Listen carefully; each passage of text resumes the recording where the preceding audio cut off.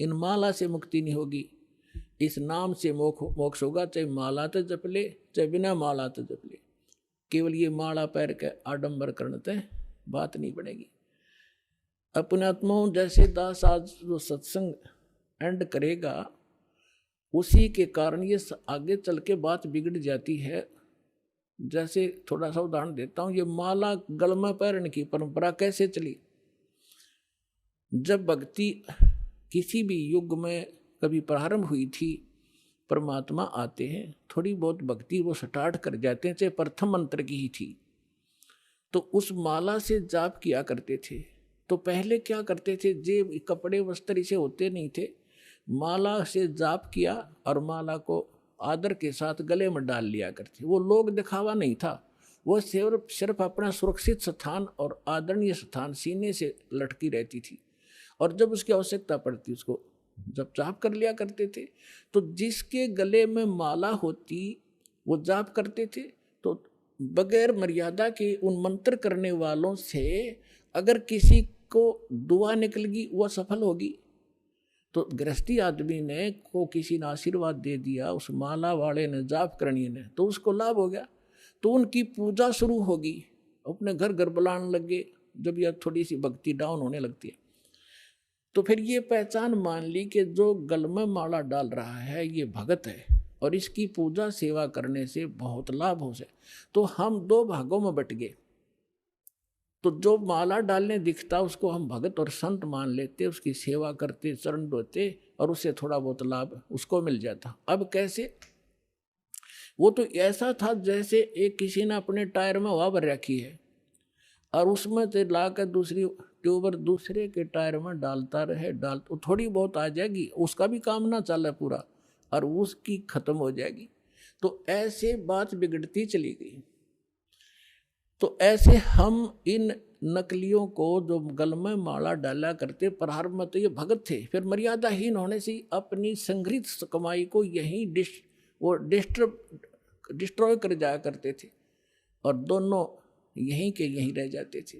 तो इस प्रकार ये माला का प्रचलन चला था। तो फिर लोगों ने जब नो देखा कि माला जिसने डाल रखी है उसको भगत मानते हैं, फिर मेरे जैसे पाखंडी ने दो दो डालनी शुरू कर दी। तो क्या कहा करता को पूछता, भाई दो क्यों डाल रखी है भगत जी के, दोनों हाथों से जपया करूं मैं।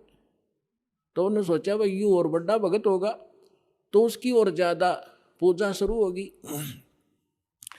तो जिसने फिर 3-3 4-4 डालनी शुरू कर दी तो 4 वाले ने ज्यादा पसंद करने लग गया आम बोले भगत। तो न्यू भट्ठा बैठ गया। एक आश्रम के अंदर कुछ भगत, वो गांव वालों ने एक आश्रम बना रखा था, 5-7 कमरे बना रखे थे। इसी तरह हम ज्ञानहीन होने से हम इन नकलियों के मजदूर बने रहे। हम इनको ये थोड़ी बहुत भक्ति कर दे जैसी, और फिर हम उनसे सेवा करके रोटी टूका खुआ कर थोड़ा बहुत राहत हम ले लेते, हम इनके भिखारी बने रहा करते थे। अब दास चाहता है कि घर घर में सब धनवान हो, भगवान के खजाने में कोई कमी है, जो भक्ति करेगा वो धनी हो जाएगा, भगवान की भक्ति का सारे सुख आपको प्राप्त होंगे, हम क्यों किसी के मुंह की तरफ देखेंगे। फिर तो क्या था, उसमें 5-7 कमरे बना रखे थे, वहाँ पर साधु संत आया करते थे और गांव के लोग वहाँ सेवा करने जाते थे। तो वो क्या किसकी सेवा करा करते, जो ज्यादा भजन करता दिखे। उन्होंने क्या पहचान कर रखी थी कि ज्यादा भजन कौन करता है, जो सबसे पहले उठ कर स्नान करके और अपने भजन पर बैठ जाता है। तो भगत वहाँ जो रहते थे सेवादारी का, तो गांव वाले उनसे पूछा करते थे कि आज पहले कौन सा उठा था, कि आज जो उनके लंगोट सूखा करते बाहर, एक एक कोपिन रखते थे, वो धो कर सुखा कर और अपने भजन पर बैठ जाते थे। तो जो सबसे पहले बता देते थे कि ये उठा था सबसे पहले, ये इसी का लंगोट सूख रहा, तो उसी की पूजा ज्यादा लोग करने लगे। और दूसरे जो लेट उठते थे उनको वो विशेष ध्यान नहीं देते थे, उसी का पूजा करनी, उसी को प्रणाम करना, उसी के पैर दबाने। तो दूसरे एक उनमें नकली था, आलसी सा आदमी, उसने सोचा भाई यू के चक्कर है, इसकी पूजा क्यों हो रही है? तो उसने पता चला कि वो बखत तो उठा है, इसलिए यार इनने पहचान कर रखी है लंगोट की, इसका पहले सूख क्या पावे।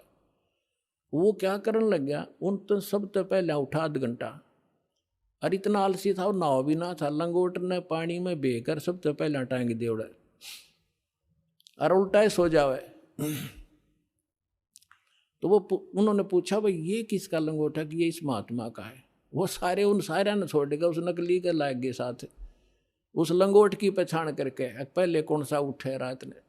तो हम न्यो भक्ति का नाश कर लिया। तो यहाँ परमात्मा कहते हैं माला मुक्ति न होते है, ये मुक्ति होते है नाम। एक अक्षर बाहरा, ये उजड़ भला नगाम। कहते माला मुग्ध गंवारे को, गल में पैरा काठ।